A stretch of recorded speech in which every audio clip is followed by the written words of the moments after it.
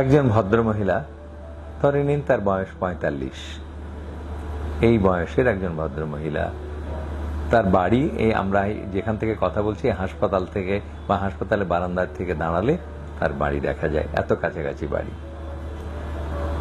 আবার আর্থিক অসচ্ছলতা আছে এমনও নয়, আর্থিক সচ্ছলতা সম্পন্ন হাসপাতালে কাছাকাছি অবস্থান করা একজন বয়স্ক মহিলা, সে এতটাই অসচেতন যে তার প্রস্রাব দিয়ে বারবার রক্ত পড়ে, মানে কিছুদিন পর পর, হয়তো ৩ মাস ৬ মাস পর একটু রক্ত গেল, তখন সে ওষুধ খেলো, আবার রক্ত পড়া বন্ধ হয়ে গেল, আবার সে নির্দ্বিধায় বসবাস শুরু করলো। এইভাবে চলছিল তার জীবন। তারপরে যখন তার ঘন ঘন প্রস্রাব হলো, মানে প্রস্রাবকে আর ধরে রাখতে পারছে না, তখন আসলো আমার কাছে। রক্ত পড়া নিয়ে কিন্তু সে আমার কাছে আসে নাই, ঘন ঘন প্রস্রাব হচ্ছে এটা চিকিৎসার জন্য আসলো। আমরা অবশ্যই তার একটা আলট্রাসোনোগ্রাম করলাম এবং ধরা পড়লো যে তার প্রস্রাব থলি ভরা টিউমার, এই টিউমারটা কিন্তু ক্যান্সার। পরীক্ষা করে তা দেখা গেল, পরবর্তীতে আমরা তার অপারেশন করলাম এবং পুরো পেশাবের থলিটা ভরে গেছে টিউমারে বা ক্যান্সারে। পরীক্ষা করে সেটা নির্ধারণ হলো যে ট্রানজিশনাল সেল কার্সিনোমা, বা ডাক্তাররা বলেন সংক্ষেপে টিসিসি। এই টিসিসি বা ট্রানজিশনাল সেল ক্যান্সার, এটা বারবার হতে পারে।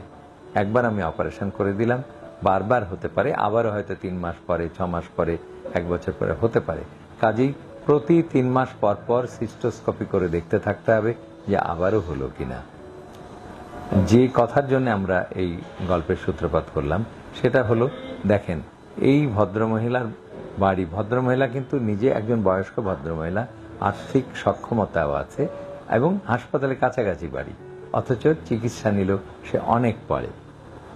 এইটা হলো চিকিৎসা নিতে অনীহার কারণে, যে মানুষের যেন সময়ে হবে না, ঠিক আছে আমার হাতের কাজটা সেরে নিই তারপরে ওই কাজটা করব, এইরকম যেমন আমরা করি, সেরকম চিকিৎসার ব্যাপারে আমরা জনসাধারণরা খুবই অনীহা বা অনিচ্ছুক, যতটা অন্যান্য কাজে আগ্রহী।